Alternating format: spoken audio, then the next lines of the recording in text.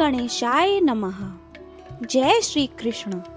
आप सभी को कृष्ण जन्माष्टमी की ढेर सारी शुभकामनाएं। आइए जानते हैं कृष्ण जन्माष्टमी की व्रत कथा।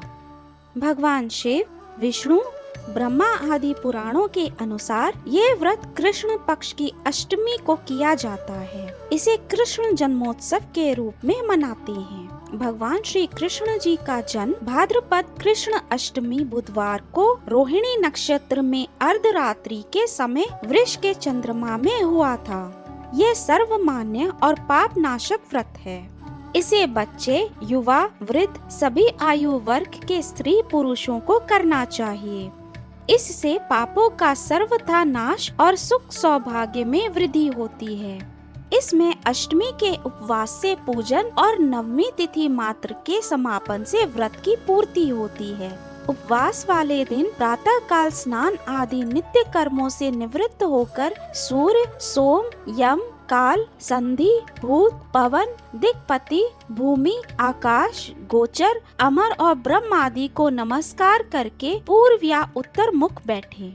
श्री कृष्ण भगवान का ध्यान करें। रात्रि के 12 बजे तक कीर्तन और भजन करें।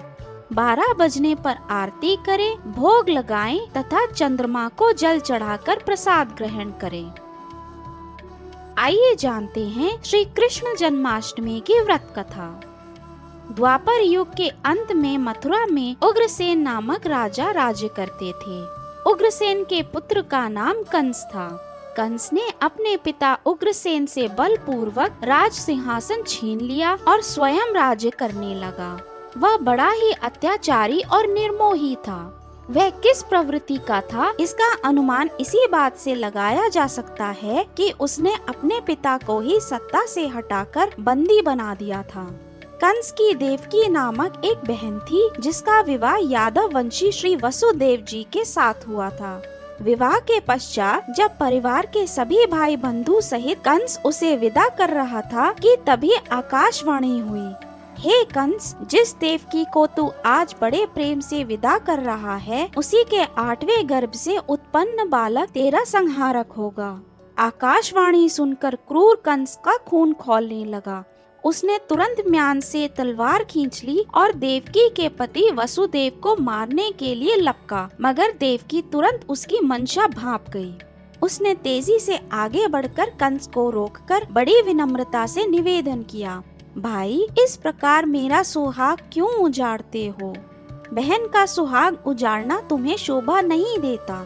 मैं तुम्हें वचन देती हूँ कि मेरे गर्भ से जो भी संतान होगी उसे मैं आपको सौंप दूंगी। उसके साथ तुम्हारी जैसी मर्जी हो वैसा व्यवहार करना। कृपया मेरा सुहाग मत छीनो। कंस ने देवकी की विनती स्वीकार कर ली, किंतु उसने उन्हें विदा नहीं किया, बल्कि दोनों को बंदी बनाकर अपनी कैद में डाल दिया। देवकी के गर्भ से प्रथम बालक हुआ, वह कंस के सामने लाया गया। कंस ने 8वें गर्भ की बात विचार कर बालक को छोड़ दिया, किंतु तत्काल ही नारद जी वहां जा पहुँचे। नारद ने कंस को उसकी भूल का एहसास कराया कि हे कंस, यही 8वां गर्भ हो सकता है। शत्रु के बीज को नष्ट कर देना ही हितकर है। कंस ने नारद के परामर्श से बालक को मार डाला। इस प्रकार कंस ने लगातार देवकी के 7 बालकों को निर्दयता पूर्वक मौत के घाट उतार दिया। कंस को जब देवकी के 8वें गर्भ की सूचना मिली तो उसने बहन तथा बहनोई को एक विशेष कारागार में डालकर वहां कड़ा पहरा लगवाया तथा द्वारों पर ताले डलवा दिए। भादों के कृष्ण पक्ष की अष्टमी को रोहिणी नक्षत्र में कृष्ण जी ने जन्म लिया और उस समय पृथ्वीवासी गहरी निद्रा में सो रहे थे। चारों ओर घोर अंधकार छाया हुआ था। मूसलाधार वर्षा हो रही थी, किंतु यह ईश्वर का चमत्कार ही था कि वासुदेव जी की कोठरी में अलौकिक प्रकाश छाया हुआ था। उन्होंने देखा कि शंख, चक्र, गदा तथा पद्मधारी चतुर्भुज भगवान उनके समक्ष उपस्थित हैं। प्रभु के इस दिव्य रूप को देखकर देवकी तथा वसुदेव उनके समक्ष नतमस्तक हो गए। भगवान श्री हरि विष्णु तो घट घट के वासी हैं।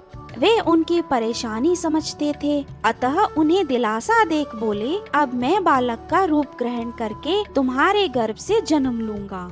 तुम मुझे तत्काल गोकुल में नंद जी के यहाँ पहुँचा देना। उनके यहाँ अभी अभी एक कन्या योग माया ने जन्म लिया है। तुम मेरे स्थान की पूर्ति उससे करके उसे कंस को सौंप देना। यद्यपि प्रकृति ने बड़ा भयानक रूप धारण कर रखा है, तथापि मेरी माया से सभी पहरेदार सो रहे हैं। कारागार के ताले तथा फाटक खुल गए हैं। मेरी आज्ञा से यमुना भी तुम्हें मार्ग दे देगी। कुछ देर पश्चात वसुदेव नवजात शिशु को सूप में रखकर चल दिए। मार्ग में यमुना ने उमड़ घुमड़ कर भगवान श्री कृष्ण के चरणों को स्पर्श किया। जलचर भी श्री कृष्ण के चरण स्पर्श के लिए उमड़ पड़े। गोकुल में वसुदेव नंद जी के घर पहुँचे। वहाँ सभी लोग सो रहे थे, परंतु द्वार खुले हुए थे। वसुदेव ने सोई हुई नंद रानी के बगल से कन्या को उठा लिया और श्री कृष्ण जी को उसकी जगह सुला दिया। वसुदेव कन्या को लेकर चुपचाप मथुरा पहुँच गए और कोठरी में प्रवेश हो गए। जैसे ही वो कोठरी में पहुँचे, कारागार के सब द्वार और ताले पूर्ववत बंद हो गए। पहरेदार भी जाग गए। कंस को जब पहरेदारों के द्वारा कन्या के जन्म का समाचार मिला तो वह तत्काल कारागार में पहुंचा। उसने कन्या को देवकी के हाथों से झपट लिया और जैसे पहले 7 बच्चों को शिला पर पटक कर मारा था, वैसे ही उस कन्या को भी मारने के लिए उसने हाथ सिर से ऊपर उठाए। तभी कन्या उसके हाथ से छूटकर आकाश में उड़ गई। हक बकाया कंस अभी ये समझ भी नहीं पाया कि क्या हुआ है। आकाश में जाकर उस कन्या ने कहा, हे कंस, मुझे मारने से तुझे क्या मिलेगा रे दुष्ट? तेरा काल तो गोकुल में सुरक्षित है। ये सुनकर कंस बुरी तरह से बौखला उठा। मेरा शत्रु जीवित है। ये जानकर कंस ने अपने काल का पता लगाने के लिए एड़ी चोटी का जोर लगाया। अंततः उसे पता चल ही गया कि उसका काल नंद जी का लाल श्री कृष्ण जी हैं।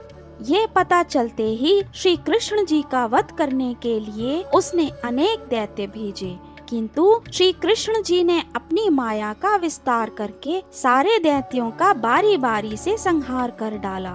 श्री कृष्ण जी ने बचपन में अपनी अलौकिक लीलाएं दिखा दिखा कर सबको चकित किया। बड़े होने पर उन्होंने कंस को मारकर धरती को उसके भार से मुक्त किया और अपने नाना उग्रसेन को पुनः राजगद्दी में बिठाया तथा अपने माता पिता को कारागार से मुक्त कराया। इन्हीं श्री कृष्ण जी की जन्म तिथि की स्मृति में ये पर्व बड़ी धूमधाम से मनाया जाता है।